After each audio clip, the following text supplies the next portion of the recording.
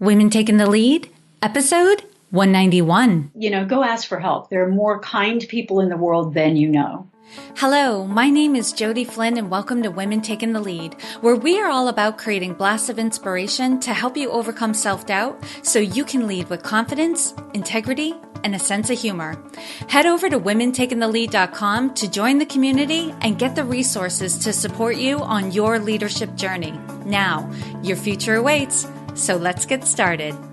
Your website tells a story about your business. At Zebra Love Web Solutions, Millie and her team are going to make sure your website tells the story you want your customers to hear. Connect with Millie at zebralovewebsolutions.com to create the impression you want to make. Hello, everyone, and thank you for joining us today. I'm here with Libby Gill, and after nearly 20 years in senior leadership roles in communications at media giants Universal, Sony, and Turner Broadcasting, Libby founded executive coaching and consulting firm Libby Gill Company in November of 2000. A sought-after international speaker, she guides established and emerging leaders to inspire purpose and ignite performance by building engaged cultures based on trust, respect, and hope. Author of 4 books, including the award-winning You Unstuck, Mastering the New Rules of Risk-Taking in Work and Life, which has been endorsed by business leaders including Zappos.com CEO Tony Hsieh and Dr. Ken Blanchard. Her latest book, Capture the Mindshare and the Market Share Will Follow, The Art and Science of Building Brands, shows readers how to build brand loyalty through deep emotional connections. Wow, Libby, I was saying before we hit record that we had a chance to chat before, and I was in awe of you after that conversation, but just reading your bio again, I'm like, wow, thank you so much for taking the time to come on and share yourself with us. Oh, Jody, you're making me feel like a rock star. My pleasure. You are a rock star, and I know this is just like an overview of who you are in the world. So if you could share with us more about you and your own humble beginnings. My beginnings actually are pretty humble. I'll go way back. I grew up in a big family, very well-to-do family, and then everything was lost. We were kind of one of those riches to rags kind of family through a series of real tragedies. My parents were divorced. There was a history of alcoholism, mental illness, suicide. And talk about humility. I mean, I learned to raise myself from a pretty young age, and it wasn't easy. And I really do identify with people who, whatever you call it, pulling yourself up by your bootstraps or whatever that is, that makes you become resilient and self-reliant. And that's what I had to do. You learn to be resourceful and you learn to be hopeful. It's one of those, like the song, what doesn't kill you makes you stronger. And I actually believe in that. Mm-hmm. I totally believe in that too. And, I'm so grateful to have you on sharing your story and what you have going on right now.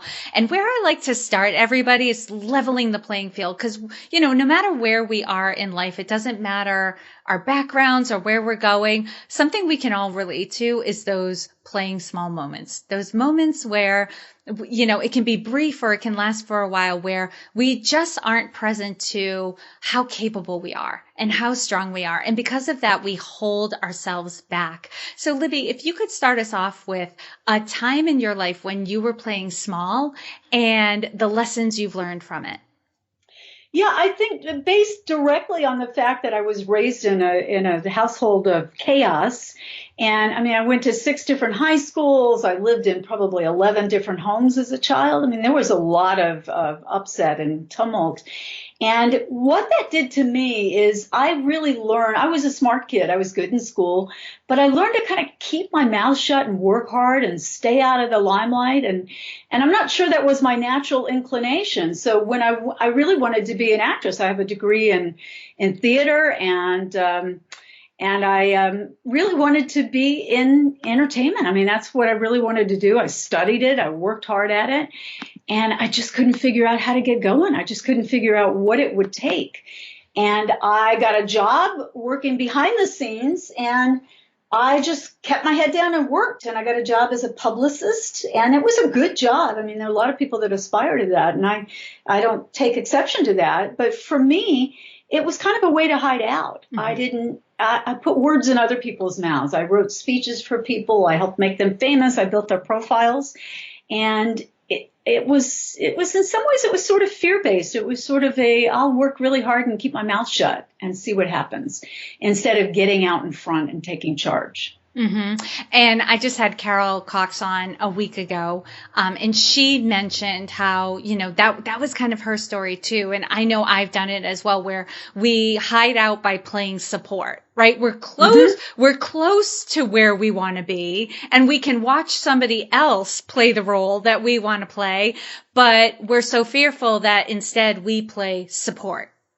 Oh, when you say play the role you want to play, you just reminded me, Jody. I'd completely forgotten. When I first moved to Hollywood after college, I got a job working in a talent agency. I was literally stuffing the photos for the actors and actresses into the envelopes to send out to the casting agents, dying because I wanted to be one of those people whose photo and background was getting sent out instead of being the one, working in the office as an admin. Oh my gosh, that must have been so painful. It was pretty painful. It was, I'm over it now, thank God. But at the time it was like, wow, I'm just one more of those people who wants to be an actor. And it seemed like such a joke and so silly. It's funny now because I do so much speaking live from the platform. And I've spoken to groups as big as 6,000. It's come in very handy to have a background in theater. But at the time, it felt so remote and so impossible. Right. I can imagine that too.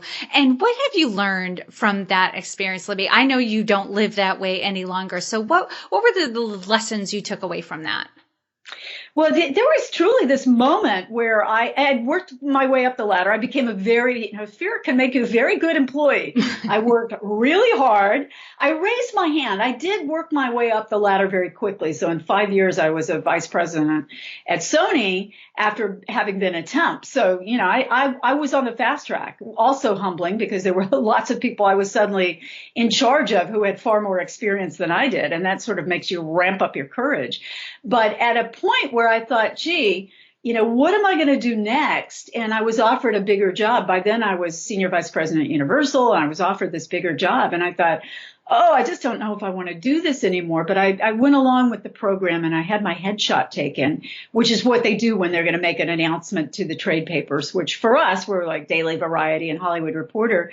And that photo of me ended up on my desk mistakenly, and I just sort of innocently pulled this photo out of the photo sleeve, and there was this 8x10 black and white headshot of me back from the photographer with all the marks for the retoucher. And so everything on my face was circled with his notes in this big red grease pencil, like get rid of the bags under the eyes and whiten the red eyes and fix the gray hair. And it was just all of these marks. And I looked at that picture and thought, oh my gosh, this is just one really stressed out, really frumpy, really unhappy person. And I was literally face to face looking at myself thinking, I just can't keep doing this. I'm not happy. And it was that photo that was such a wake up call to me that just said, get out there, do something new. And I'd been offered this big job, and they flew me to New York, and I turned it down. And then it was kind of like, well, where do I go now? I had sort of a plan, but I didn't know what was going to happen next. And it was like I'd turned that corner. And I always think of that Zen proverb, leap and the net will appear. And I thought, I am in a free fall from a 60-story building, and I'm just praying there's a net down there.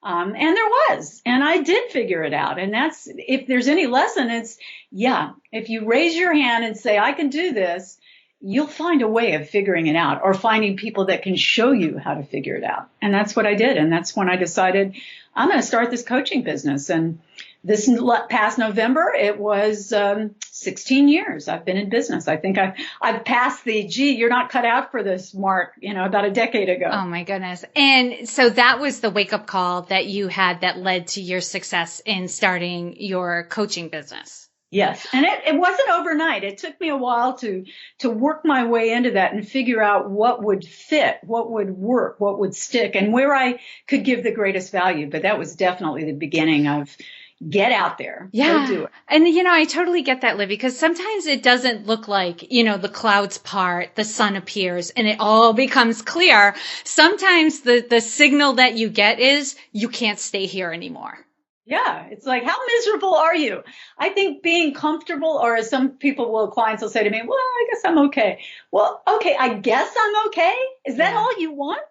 And it's hard. And I've heard so many women, I'm so far past this now, but I've heard so many women say, and myself included, oh, do I really deserve more? Do I really need more? Do I really, why do, and we hear whatever that voice is in our head. And for me, it was, you're getting a little big for your britches, aren't you, Missy? That was the voice in my head. And I actually wrote one of my first books was called Traveling Hopefully, about how you get past all that baggage that you've come to believe. And sometimes it's true. Sometimes you're not ready, or you're not rich enough, or you're not young enough, or you're not smart enough. But there aren't, or I don't know if anybody's not smart enough. There aren't a lot of things that we can't do. I mean, there are some. I'm not going to. It's unlikely I could become a brain surgeon at this stage of life. I don't want to, but I can't go be a professional ballerina at my stage of life. And, there are a lot of people that can't become professional athletes. That's just the reality of the situation. But short of some of those truly aspirational, unlikely I'll be an astronaut now. Mm-hmm. But what is it that you can do, that you really want to do, that you're not allowing yourself to do? Yeah. And if you just say, hey, I can play just a little bigger or a lot bigger game. And without stopping yourself, there's just an amazing amount of things and lots of role models out there. I mean, I found a story about a woman who went to medical school in her 60s. And I think she was the oldest physician when she got her MD. And I was like, well, somebody's got to do it. And she did. Right. I love that. And, Libby, I have never come across a person who, in the conversation of like them saying, well, I can't do this anymore. I can't do that anymore. And I ask them, well, do you really want that? Is that something you aspire to? It's always no. That's not what they want. The things that they really want, they can have, they can go after. I love how you say like, well, don't waste time on things you don't want and that aren't going to happen. Like focus on the things that you do want, because the chances are you can make it happen. If a 60-year-old woman can go back to school and get her PhD in the medical field, with a little bit of work and elbow grease, you can make what you want to happen. Yeah, and I just read a story it was either the LA or New York Times yesterday about a 92-year-old woman that teaches yoga and is a ballroom dance master with her 24-year-old partner. It's like, I'm just thinking, would I still like to dance professionally? I don't know professionally, but yeah, ballroom dance, absolutely. And I saw this woman win in all these competitions and I just loved it. So there are a lot of, so if there's something you really want to do, but it's kind of too late or it didn't happen, I didn't get Julia Roberts' career. So mourn the dream and move on. You can certainly acknowledge, that didn't quite turn out the way I wanted it to. And, I'm divorced. I didn't plan to get married so I could be divorced, but it happened. So you say, gee, okay, that was tough. That was a blow. And then you pick yourself up and you move on. There's a lot of life left for most of us. Mm-hmm. Amen. And Libby, what I always want everyone to get is there is no one way to lead. I mean, you've come from a corporate background. You've experienced a variety of leaders, and now you're actually working closely with a diversified field of leaders. And so you totally get that there isn't one leadership style fits all. You really have to lean into your own strengths, your own experiences, and what makes you unique as a leader. So Libby, how would you describe your leadership style? It's interesting. I really did work my way up the ladder and learned and developed a style as I went. And it really wasn't until I left and started coaching people that I thought about defining it. But for me, it's the blend of candor. I'm not one, I don't suffer fools. I don't pull my punches. I don't pussyfoot around problems. And most people don't like to confront people. They don't like those tough discussions. I don't like it any more than anybody else. But being candid and straightforward and setting a really high bar, those were real hallmarks of me in my corporate days and now as well. But it was always blended with kindness. So that was sort of my mantra for leadership, was blend candor and kindness. So you're not doing anybody a favor if you're not being honest and straightforward, even to the point of if you have to fire them because they're not a fit for that position. That still deserves a level of candor and explanation. but also some kindness. It's not easy for the person who's on the receiving end of that. So I think I see a lot of leaders who fall into now that I work with them, this is a vast oversimplification, but basically there are people who are too direct, are too harsh, are too confrontational. They're the people that none of us want to work for or with. And they usually got into those positions because their technical skills, what they do, they're really good at. And they need to soften those edges and be better human beings. And then there are people who are great human beings, but they undersell their power and their strength, and their leadership positions.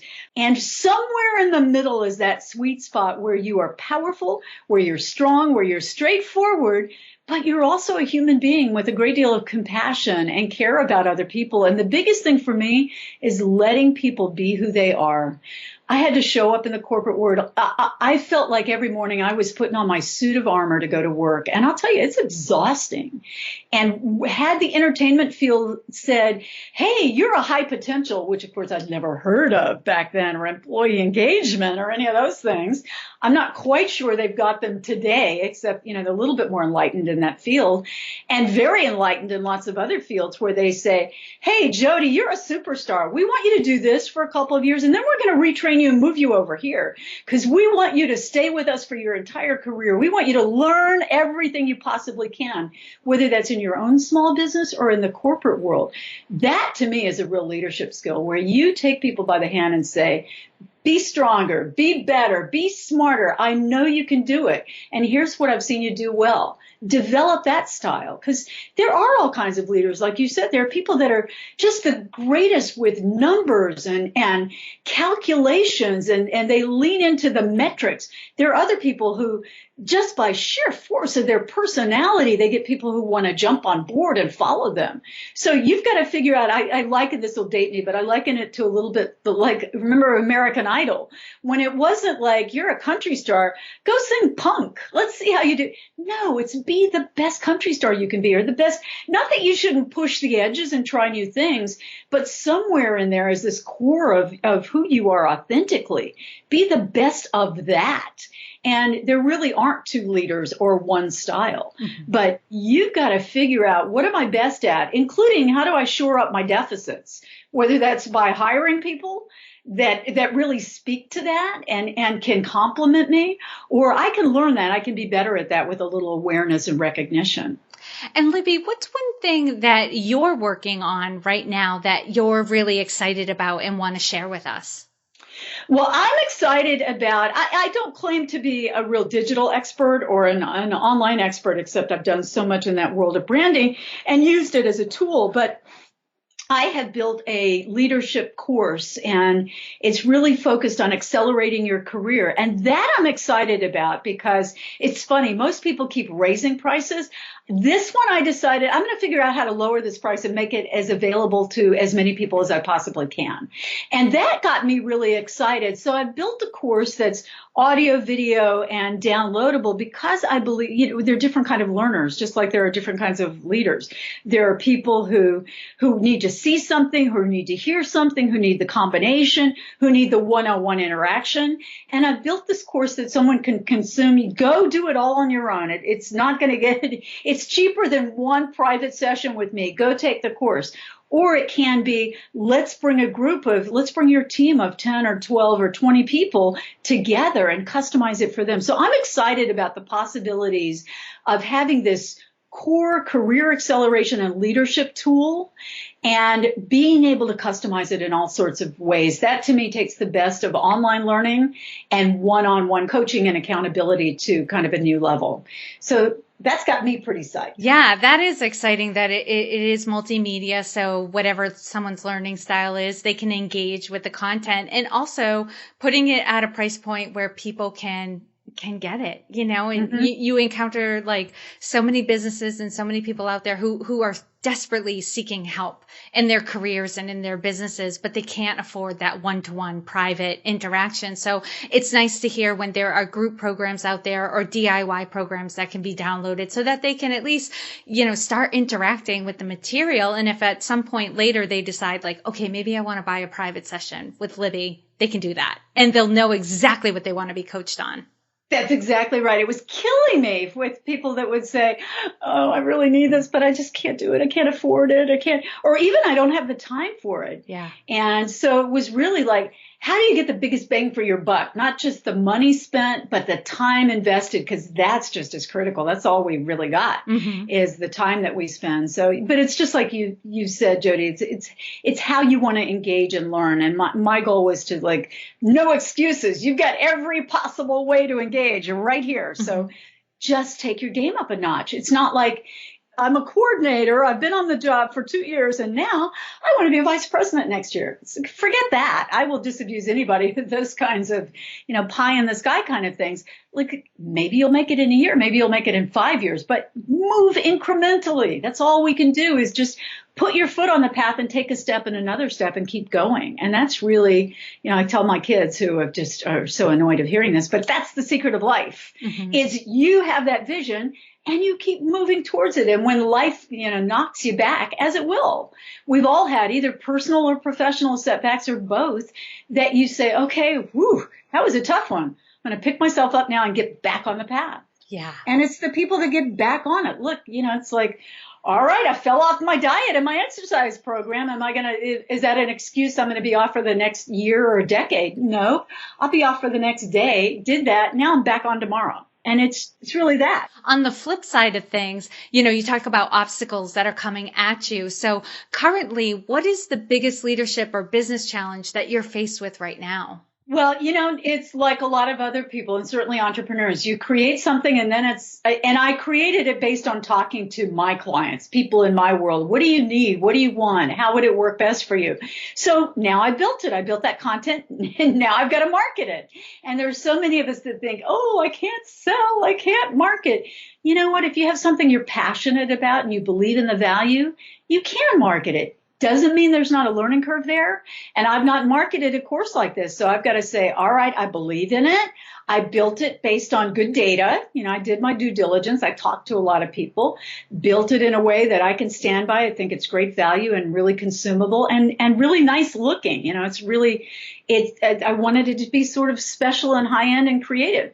And now I got to get out there and tell people about it. So it's kind of shouting it from the rooftops. Yeah. So that's my next challenge. I can relate to that because I definitely believe in the value of what I have to offer, but sometimes I get shy about it, right? And as women, like if you start bragging and being like, you need this, that sort of thing, it makes you feel all weird inside. Let's be honest. But I think what helps me get over that hump is, I think about the women who've already engaged with what I have to offer and the feedback they've given me and how it's helping them. And then I think about the women who haven't, engaged with the material or with my services, who I know I can help and it'll make a difference for. And when I think about them and that, okay, I'm putting myself out there, I'm making myself vulnerable and exposing myself for them so that they can get access to this.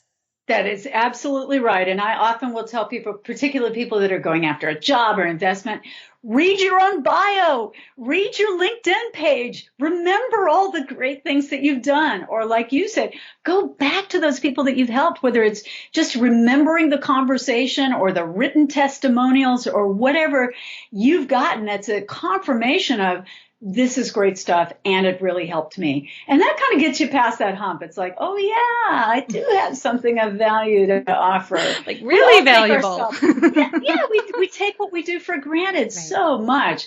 I see that's when I go out and speak, I get people around to, I'll ask them at the beginning, what do you think is important in a good leader? And they come up with sort of generic but important things, integrity, communication, vision. And then later on, after I've, jabbered for a while and told them some of my secret sauce tools and a little bit about myself and don't be afraid to get out there, I'll say, hey, you know what? Talk to that person next to you. I want you to share your leadership superpower. That thing you're already great at. You don't have to aspire to it. You forget you're really good at it because you're so good at it, it comes naturally. But tell this other person. And then I'll have them share, and they come back with things that are so specific and so funny and so authentic, stuff you can't make up. I'm a business startup or rocket ship or, whatever they say, that's so much more specific to who they are and what they have than, we must have vision. We must have integrity. Well, duh, we all know that. But when you say I'm a launchpad starter or, whatever it is that they say in their head and in the privacy of, and I share what I think of in my sort of dark night of the soul when I kind of felt like I hit bottom. I got that, hey girl, you've got hope and tools. You give people confidence, you give them hope, you give them a belief that they are capable of maybe not anything, but almost anything. And then you give them the strategies and tools to get there. And I thought, oh, that's what I privately say to myself. And then I just somewhere along the way said that to somebody and they said, what? Say that again? Hope and tools? That's the weirdest combination of words I've ever heard. And I thought, well, good, bingo. So now that's what I talk about. So you drill down into what you secretly know is in your own sort of private mythology. What you really know is your secret sauce, what you can do better than anybody else. It's what makes you great. And as one of my friends says, your brand is the coolest thing about you. And it's like, oh, that's easy. So when you think of it that way, it becomes a little easier. That's what you got to share. And now, Libby, if you could give us a quick overview of the people you have around you who support you to do what you do. I think sometimes there's this myth that, these women that are making it are doing it on their own. And you and I both know that's not true. It takes a village to have a successful business. So if you could give us a quick overview of who supports you in your business. Absolutely. The first thing, I didn't even know, as my kids say, that this was a thing, that there was such a thing as an accountability partner when I started my business.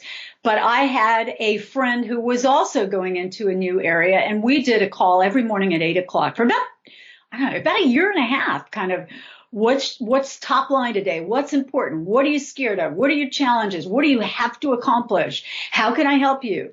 And that became so meaningful to me. I later discovered, hey, people do this. Coaches call this accountability partners. I have done that for 16 years now. And I'm on just my third partner. So that's, I've had a long run of, now it's just once a week, but I have a weekly check-in and say, what are you doing? And the person I do this with is in a completely different field, also an entrepreneur, but repping products. So she's got a different world, but we are able to give input and feedback to one another. I have the world's greatest assistant. I call her our customer care specialist.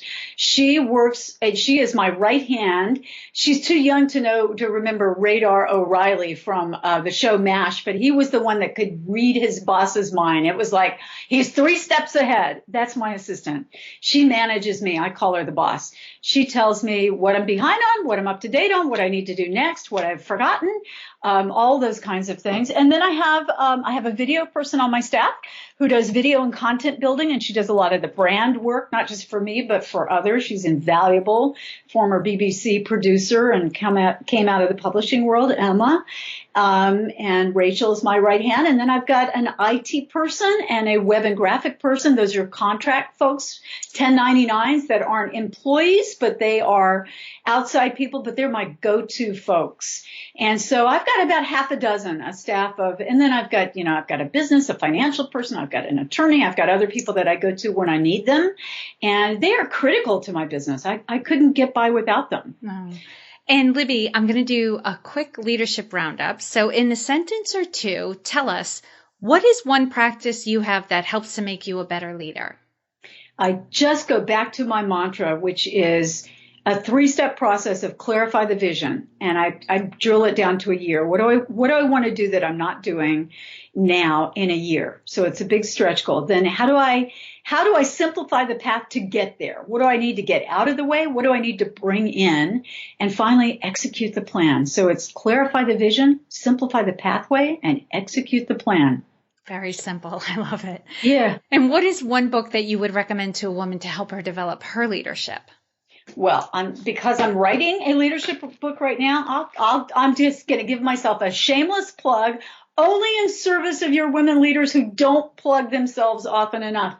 But I will say my book, You Unstuck, because I get regular phone calls from people. It just launched in South Korea. I just got a lovely email yesterday from somebody who said, hey, in your chapter, you say that if something's not working, that you'll talk to the person who's reading your book. Will you talk to me? And I said, yep. We set up a phone call. So You Unstuck is my book that has that whole clarify, simplify, execute process and lots of things that get people out of their own heads and onto a pathway where they begin to say, wait a minute. I'm more competent than I thought. Hey, that breeds confidence. And it becomes this cycle of confidence, breeding competence, breeding confidence, breeding competence. And you just get better and better at what you do and more, less judgmental and more just out in the world taking these big, bold risks. Libby, what advice would you give your younger self? Oh, man, I think I would have said there are people out there to help you because, as you said, Jody, we don't do this alone. I tried to sort of muddle through a couple years in business because I just didn't really know that there were people that were out there. And certainly in the corporate world, I just went my own way out of mostly out of that sense of vulnerability is I can't let people know what I don't know. But you become an entrepreneur and suddenly overnight, you better let people know what you don't know and find people to shore up those weaknesses. So it's, go ask for help. There are more kind people in the world than you know. Mm-hmm. And I do that now in different ways. I find them on LinkedIn or Facebook, and I try to give that help. And I love particularly working with young women and help girls and women really succeed at what they want to do. And share with us a success quote and why it has meaning for you. I will share the quote that became the name of my book, Traveling Hopefully, and it's a Robert Louis Stevenson, the great author, adventure author, who said to travel hopefully is a better thing than to arrive. And now I'm all about arrival. I'm a completion junkie. I want to get to the end of the game and say, I did it, which just means you set the bar higher and you set another end game for yourself. And it is that process of continual evolution and self-growth and learning self-promotion. That's not a bad thing. We do have to learn. And that mantra is, it's that we all know it's the destination and not the journey. I think it's the destination and the journey. You want to pick a path where you enjoy the learning and the growth, but you're also very happy to set that. And this is what success looks like. And when I reach it, I'm going to set another bar for success. And that way you continue to grow and develop, but you don't ignore the wins that you've had, the small, the medium, the huge wins along the way. You want to pat yourself on the back. You want to do your shout out to your community or your family. When you hit those small milestones, I always do. Yay, I booked a speaking engagement today. I'll tell my boyfriend or my kids and they say, yay, Mom, good for you. And, that's it. I don't have to shout that to the world because, it's not all about me. But to my world that cares about that, I'm going to shout that out. And a big win like, hey, I just finished a new book, that goes out to the world. That's not only, shoo, I accomplished this. And guess what? You can do the same. I bought a book on Amazon on how to write a book and I stuck to it and did it. And you can too. And just like you, Jody, I shared kind of the good, the bad, and the ugly and hope that most of the bad and the ugly is in the past. And now it's mostly good because I feel like I'm in the legacy phase. I'm in the give back phase. And that's why it's nice to be able to price something at a reasonable price point that anybody can jump into, or to take the time to make a call with a total stranger from South Korea who says, my English isn't that good, but would you talk to me? I said, believe me, your English is far better than my Korean because that's non-existent. So yes, let's set up a call and talk. Well, this is a great segue, Libby, because lastly, what is the best way for this community to connect with you? Well, they can always pick up the phone or go to LibbyGill.com and they'll find all my contact information, including my cell phone on there. But a better way for them is I've got a couple of quizzes online and they're also on my homepage on my website, but they can go right to yourcareerquiz.com or just go to LibbyGill.com and take this little 3-minute quiz that will do two things. It'll give them some immediate feedback about their career, what's working and what's not. It's a 3-minute self-assessment. They'll get an excerpt, depending on how they respond, they'll get something that I chose for that level of response, and they'll get into my community. They can opt out immediately if that's all they want to do, which is fine, or they can stick around and see when am I doing a freebie course or a webinar or a call that they can jump onto. So there are lots of different ways they can engage, but I prefer, they can just email me with a question. But it's really nice if they get into that community, into my group, and they see, wow, there's a lot of freebies. There's a lot of good stuff here on my resources page. I recently started an Ask the Coach. They can go to Ask Libby at LibbyGill.com. So I just gave you more ways than you even want, Jody.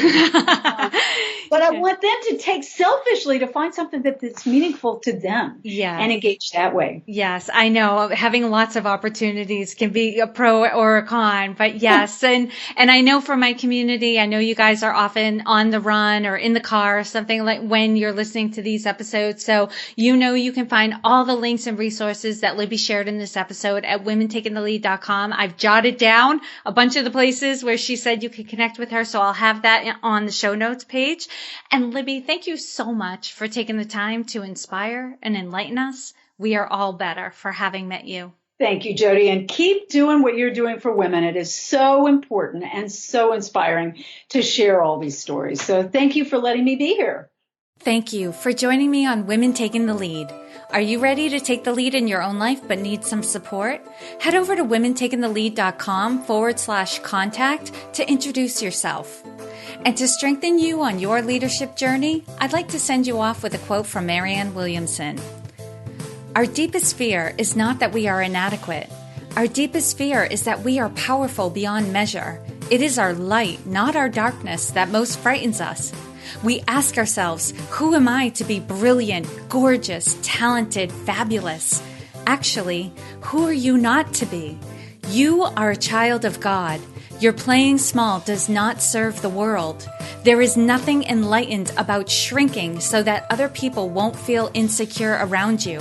We are all meant to shine as children do. We were born to make manifest the glory of God that is within us. It's not just in some of us, it's in everyone. And as we let our own light shine, we unconsciously give other people permission to do the same. As we are liberated from our own fear, our presence automatically liberates others. Again, thank you for joining with me, and here's to your success.